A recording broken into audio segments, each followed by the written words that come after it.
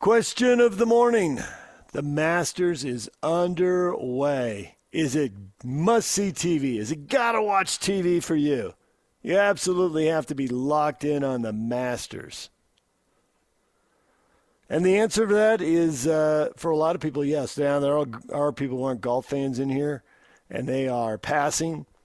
But absolutely, Bill says, best tournament of the year. I'd say the Open is second. Would have been awesome to see if Tiger could make the cut, but he can't keep his cars on the road, shaking my head. I'm rooting for Rose, I'm rooting for Bryson, and I'm rooting for Koepka. You said there are people passing? Well, that's good. Aaron says, get them off only the earth, if you're then. paying me to watch. Nobody's going to pay you to watch. Shut up.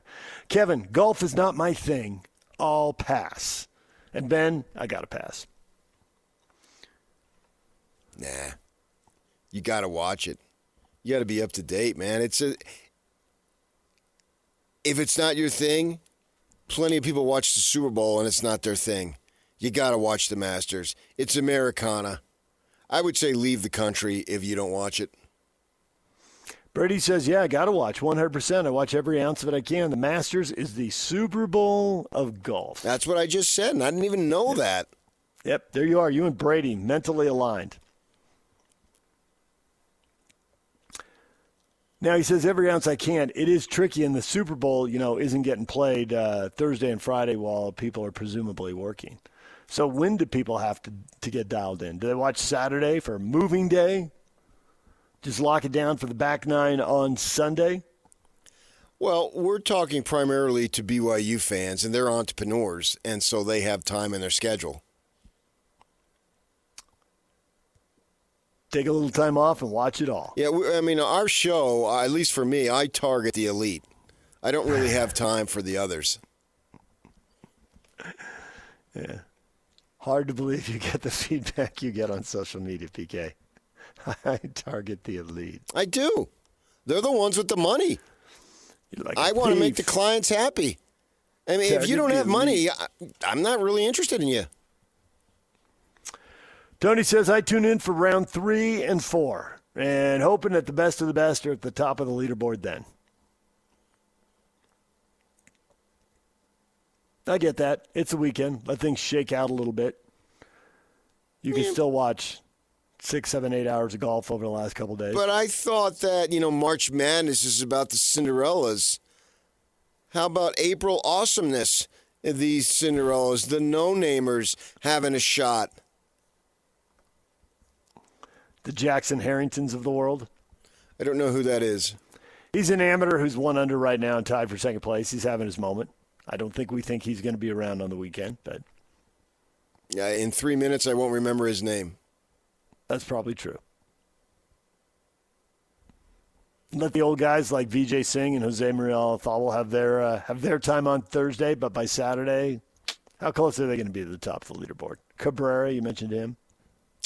Well, you never know, man. I think, what was it, last year? Fred Couples was the oldest it was 2 years ago or 3 years ago. He made it at 63. Made the cut, I'm speaking of. So that would be cool, but you don't really count on that. I could recall the first Black Desert tournament. They've had 2 now. So the very first one, which obviously would have been 2 years ago, and they had Jadon Blake play, the local guy, literally grew up in St. George. We know all that, right? And what was it? He had made 499 starts, and so this was going to be his 500th. And I was talking to one of the PR ladies, and she was saying she really, really hopes he made the cut. And I said, ma'am, you're a public relations person. You don't really know golf, do you? I said, he has no chance to make the cut. That's not what happens. It just doesn't. Now, he's still, if you take him compared to Joe Blow on the street golfer, yeah, but not compared to these guys.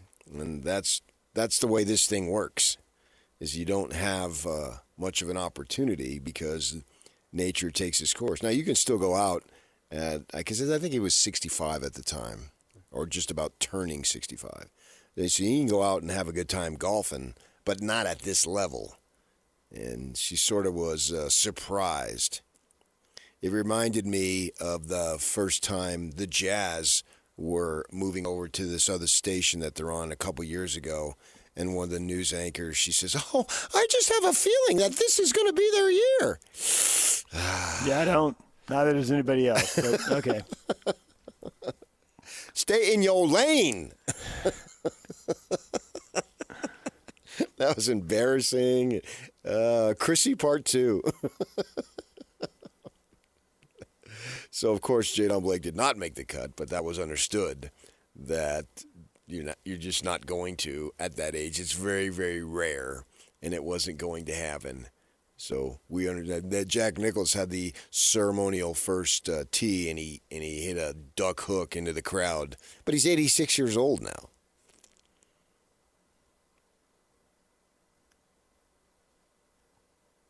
Father Time's undefeated, and golfers take a beating just like everybody else. Now, that doesn't mean they don't enjoy the game. I've golfed with guys 90 playing from the red tees. Yeah, and if you got your health and you can still get out there, just move up. Yep. And enjoy it. But I mean, all these guys out there are the supreme of the supreme, just to be able to be out there.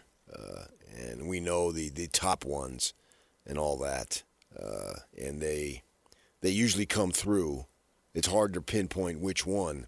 I wouldn't think Scheffler would be able to do his thing because dear sweet Meredith had just given birth just a couple of weeks ago to Remy, and now Bennett has a little brother, Remy, and I'm just so excited for them as a family.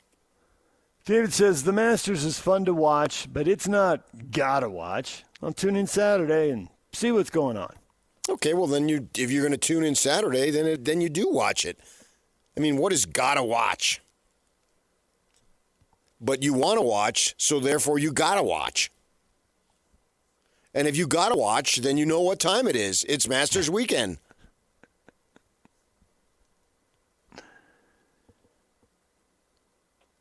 This is a little bit like you were talking about with yesterday. We were talking about events. We were talking about the Mammoth and the place being packed, and it was clearly a high energy crowd for that Oiler game, and they were rewarded. It was a ton of goals back and forth. They were up out of their seats cheering and screaming and carrying on multiple occasions. And you referenced the fact Ryan Smith has said Utah shows up, right? Yeah. There's an event. Yeah. Well, I think that's a little bigger piece of how the whole country feels about championship events, that they all spike. And there's a kind of a curiosity among sports fans. It might be your fourth, fifth, sixth, seventh favorite sport, whatever it is. But when you get to championship time, people still flip it on. I think there were like 10 million people watched UCLA blow out South Carolina in the women's college basketball title game. Because when you get to the championship, a lot of people are going to turn it on, even if it's lopsided, which that game was, and people are going to check it out. They're going to come for the show. And the Masters has got a super strong brand. It has a super strong field. And unlike the other tournaments, the other major championships, it's a course because you do check in on it every year. So you get a feel for it coming down the stretch. Right, those par fives, what's going to happen at 13? Everything's on the line. Yeah, I think the thing about it is, in this particular sport, there is pressure at the highest level. No other sport, in all of sports, you name the sport, no one has the level of pressure that faces the individual golfer when he or she is over the ball, whether it's a putt, a chip, a drive, a fairway wood, fairway iron. This sport has the individual most pressurized situations. Name me a sport, and I will shoot it down with ease. Well, the closest. There's nothing close. The closest would be the pressure a relief pitcher faces in the ninth inning, or the pressure of shooting a free throw. No. I guess in football, the No. kicker, they become so automatic now, it No. seems. It comes down to when one person stands there and everybody's looking at that one person to do something, and then how much defense is there? How much credit can you give to somebody else for doing whatever it is they do so that you, quote unquote, fail in the big moment, right? And golf just doesn't have that. You stand over the putt, you hit it when you're ready, and it either goes or it doesn't, and it's your fault or it's your glory. In the history of team sports, there has never been one play that decided the outcome. Ever. Ever. And there never will be. So if he misses a kick or a pass is dropped that should have been caught, there's dozens of other plays you can look at. That's why I can never get into the refereeing, because there's dozens of other non-calls and calls that should have been or shouldn't have been. You can never single out one. There's no one that's more important than the other. Because if you would have done this earlier, it wouldn't have come to that. We hear that all the time. It is constant. So in any team sport, at the free throw line, letter carrier can clank every free throw he wants under pressure, but there was other guys who did or didn't make the play earlier that led to it. So when there's so many plays. But in golf, it's one man, one woman, one ball, one club. One bourbon, one scotch, one beer afterward in celebration.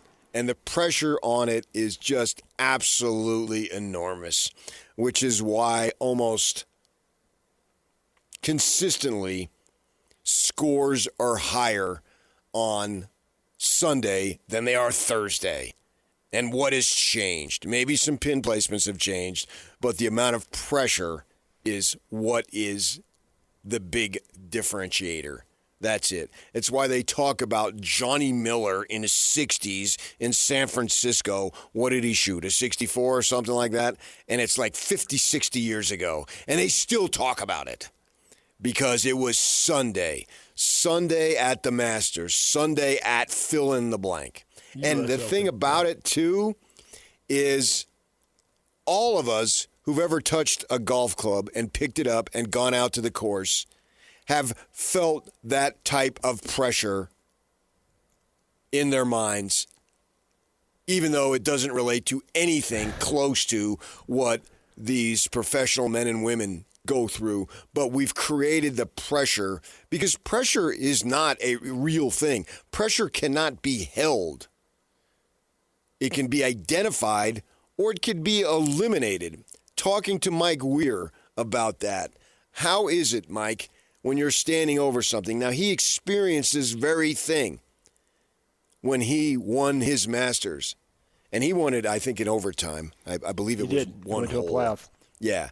And so how do you handle that? What is going through your mind? Plus, golf, you're out there 4 or 5 hours, and you're actually doing something for a total of 4 minutes. So you have all this time to let your mind get in the way.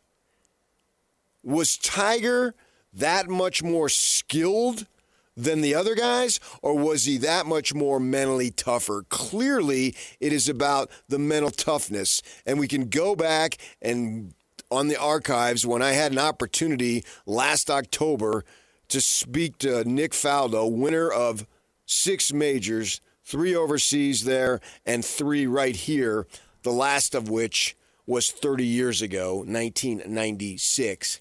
And he says that you have to be an 8 out of 10 in various aspects of the game, all aspects of the game, but you must be a 10 out of 10 mentally. There is no room for error. There is no margin. It is the only sport where you must be outstanding in every aspect. Was Greg Ostertag outstanding in every aspect? No. But he made enough money where he don't ever have to work again because he was tall and he could board and block a shot if he was in the mood, right? Well, in golf, you have to be excellent at every aspect or it will eat you alive. And then you have to be a 10 out of 10 mentally. There's no other sport that you have to do that. Absolutely not. You have to be so mentally tough. Yeah, and why we see Rory just almost fall to his knees last year because he had been in situations and it didn't work. What was it? When he was much younger? Didn't he shoot an 80 on Sunday? Yeah. Yeah. And it's weird, and you get this it's like you said, just playing in your favorite muni with whoever, maybe some of your friends you're randomly paired up with, you're playing for nothing, it doesn't matter. There are times we have all stood over a 4 or 5 foot putt and thought, oh, this could go left. Do I hit it? Do I hit it? And you're just like, I don't know. I don't. And there are times we've stood over a 15-foot putt and we're like, I'm going to make this. It doesn't make any sense why you would have so much confidence. You'd be so mentally strong in one situation. In another situation, which physically should obviously be easier, and yet yank, stab, pull that putter back and slam it at the ball and hope something good happens. That doesn't make any sense. Why would a putt that's like 10 feet longer? Why would that be easier to make? And yet, we've all stood over a putt and just thought, I know this is going in. It doesn't make any sense. It's All crazy. of us who've picked up a club, we have choked one time or another. I will tell you myself, just almost 48 hours ago, there's a carryover for the Skins for like 3 weeks. And I had about a 4-foot birdie putt. And you never know until everything is complete, right? Because I could have birdied it, but so could have 20 others. At the same time, nobody could have birdied it except me. And so I have about a 4-foot putt and for birdie. And I'm thinking, wow, if I make this, I've got a shot at this 3-week carryover for Skins. And so my birdie putt, I will tell you what happened. So it's about a 4-foot putt for birdie. Mm-hmm. Well, then I had a 6-foot putt for par, which meant I missed the birdie putt, and I missed the frigging par putt.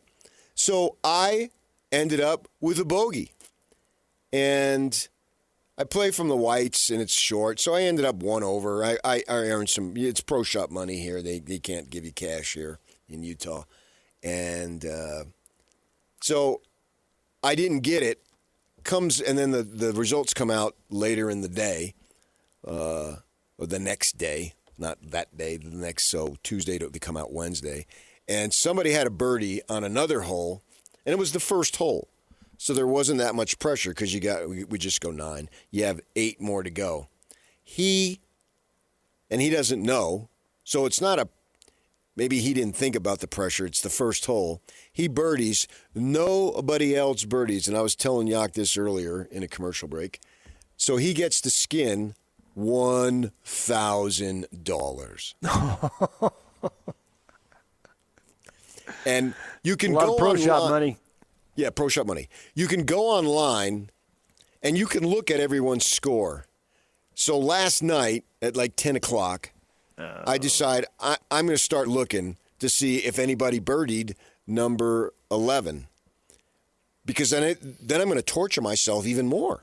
Uh-huh. And the funny thing, so I looked at about 15 golfers. Well, there's 100, I don't know how many play, but there's dozens. And I thought, this is ridiculous. I'm not going to look at every single one and then torture myself. And after I 3-putt from 4 feet.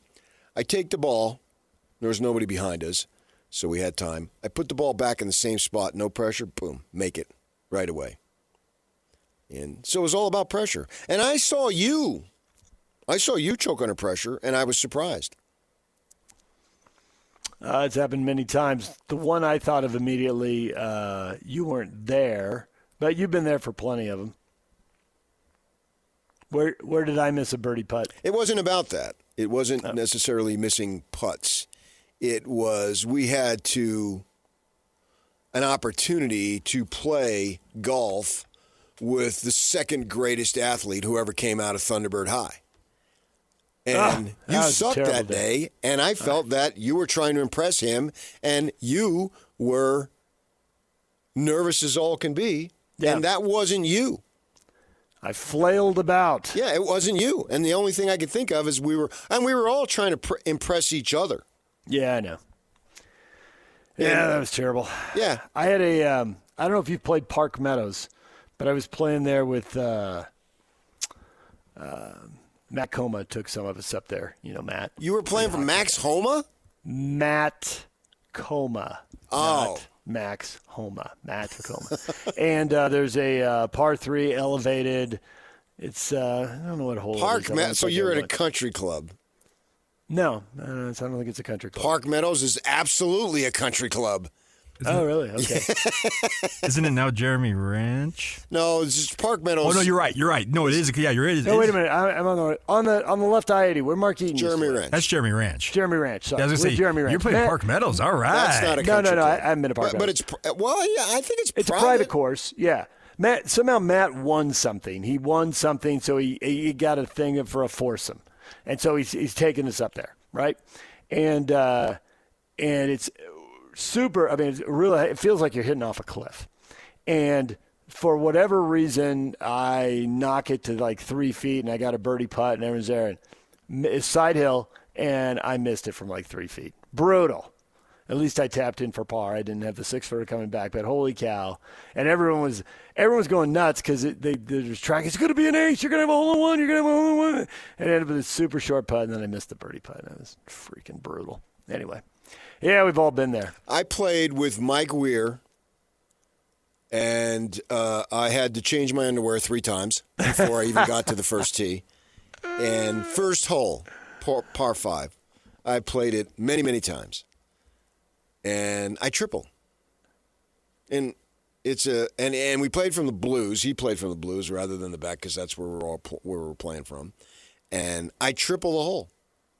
I'm totally embarrassing. And then I thought, okay, all right, I got that out of the way. He knows I suck. We're good to go, and he doesn't care.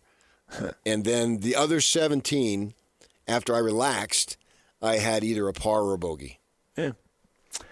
And I just saw a thing they were asking everyone how big a lead would an amateur need on Sunday to win.